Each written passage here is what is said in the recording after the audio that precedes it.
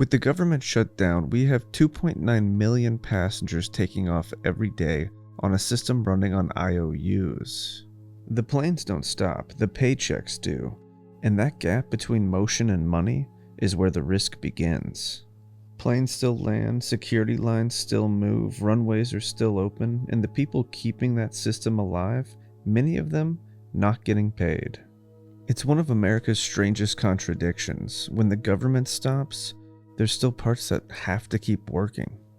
You still fly, you still pass through security, controllers are still directing your plane, but behind the scenes, the money that keeps all of that running, those people's portion, it's frozen.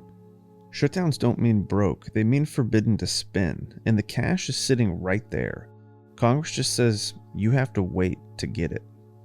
And in aviation, wait can be a dangerous word. Wait too long for maintenance, and things can rust. Wait too long for staffing, and the control tower can run short.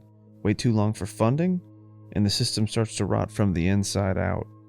By the third week of the 2019 shutdown, controllers were taking overtime shifts on 4 hours of sleep.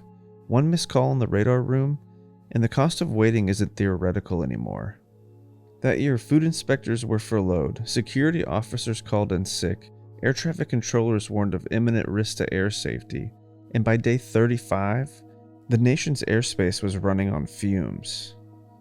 And this year, it's the same playbook. 35,000 TSA officers, 15,000 controllers, 10,000 of the federal contractors, all caught in limbo, working or waiting, unpaid. They're called expected employees because the government calls them too important to stop. They show up unpaid because they have to. They'll get their checks later, maybe. The rest, janitors, mechanics, vendors, don't even get a title. Their work vanishes overnight. The small businesses feeding passengers between flights, no pay, no back pay, just gone. Airports only look normal because the debt is hidden behind the people running them. They're the invisible workforce making everything happen, unpaid. Even these systems that survive the shutdowns aren't built to last this way. Modernization freezes, training stops, hiring pauses.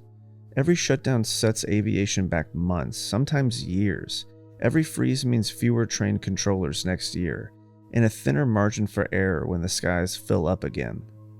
Meanwhile, Congress, judges, cabinet secretaries, the White House, their pay, all protected by the very laws that stop everyone else's pay. The irony, the people who keep the skies safe are treated as volunteers.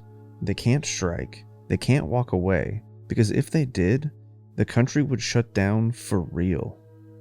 Shutdowns aren't saving money, they're burning it. In 2019, the shutdown alone cost the economy $11 billion in lost output.